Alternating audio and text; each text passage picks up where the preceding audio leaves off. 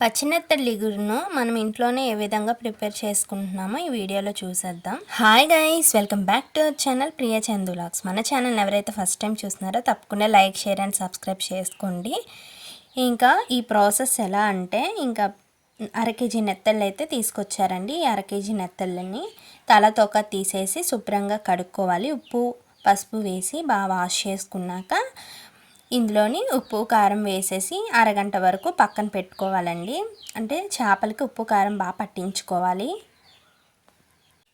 ఈ నెత్తళ్ళ ఇగురులోకి ఉల్లిపాయలు చాలా చిన్నగా చాప్ చేసుకోవాలండి. అలాగే పచ్చిమిర్చి కూడా ఒక 5 నుంచి 6 చిన్న ముక్కలుగా కట్ చేసుకోవాలి.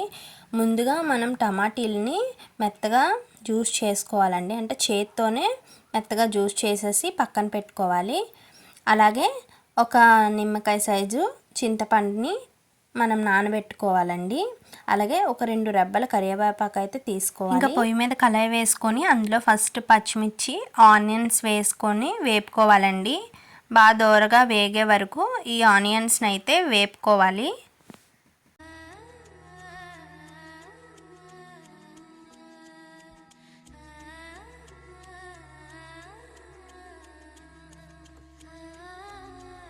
వేగుతున్న ఆనియన్స్లో కరివేపాకును కూడా వేసుకోవాలి. మొత్తాన్ని అయితే కలుపుకొని వేపుకోవాలండి.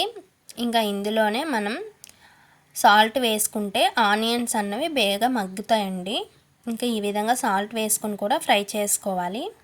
కొంచెం గోల్డెన్ బ్రౌన్ కలర్లోకి వచ్చినంత వరకు ఫ్రై చేసుకున్నాక అల్లం వెల్లుల్లి పేస్ట్ మనం ముందుగా తయారు చేసి పెట్టుకున్నాం కదా, అదైతే వేసుకోవాలి. ఇంకా అందులోకి మనం 2 టేబుల్ స్పూన్స్ అయితే కారం వేసుకుంటున్నాము. నేను వేసే కారం అయితే ఇంట్లోనే ప్రిపేర్ చేసుకున్న కారం అయితే వేస్తున్నానండి.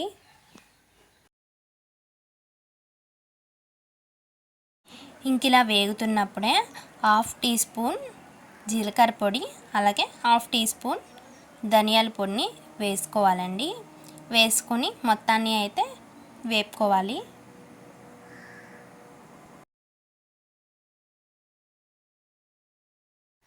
ఇందులోకి మనం ముందుగా 3 టమాటాలని మెత్తగా జ్యూస్ చేసుకున్నాం కదా, ప్యూరీలాగా మెత్తగా మొత్తం తొక్కలన్నీ తీసేసి ఆ జ్యూస్ని అయితే ఇందులో యాడ్ చేసుకొని బాగా ఫ్రై చేసుకోవాలండి.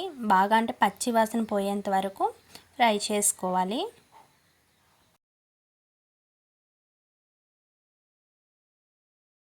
ఇంకా ఆయిల్ పైకి వచ్చేటట్లయితే ఉడికించుకున్నామండి. ఇంకా ఇందులోకే మనం చింతపండు నానబెట్టి పక్కన పెట్టుకున్న రసం ఉంది కదండి, అదైతే వేసేసుకోవాలి.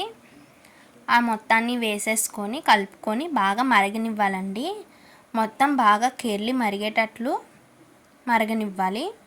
ఈ మరిగిన దాంట్లోకి అయితే మనం ముందుగా నెత్తళ్ళని ఉప్పు కారం వేసి పక్కన పెట్టుకున్నాం కదండి, దాన్ని అయితే వేసేసుకోవాలండి. ఒకటి వేసుకున్నాక మనమైతే కలిపకూడదండి. కలిపితే ముక్కలు అయితే విరిగిపోతాయి. ఈ విధంగా స్ప్రెడ్ చేసి వేసుకున్నాక ఇంకా మూత పెట్టి ఉడికించుకోవాలండి. దాన్ని అయితే కదపకూడదు, కలిపితే ముక్కలు అయితే విరిగిపోతాయి. ఇంకా ఈ విధంగా మనం మూత పెట్టి ఒక 10 నిమిషాల వరకు మరగనివ్వాలి. ఇంకా అందులోకే కొత్తిమీర అయితే వేసుకోవాలండి.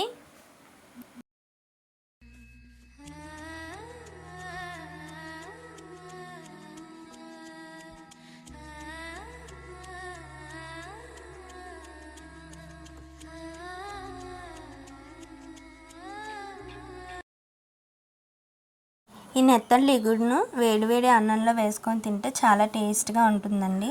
మీరు కూడా ఈ రెసిపీ నచ్చినట్లయితే ఇంట్లో ప్రిపేర్ చేసుకొని అయితే ఒకసారి చూడండి. మన ఛానల్ని ఎవరైతే ఫస్ట్ టైం చూస్తున్నారో తప్పకుండా లైక్, షేర్ అండ్ సబ్స్క్రైబ్ చేసుకోండి. Thank you for watching my channel Priya Chandu vlogs. Bye friends.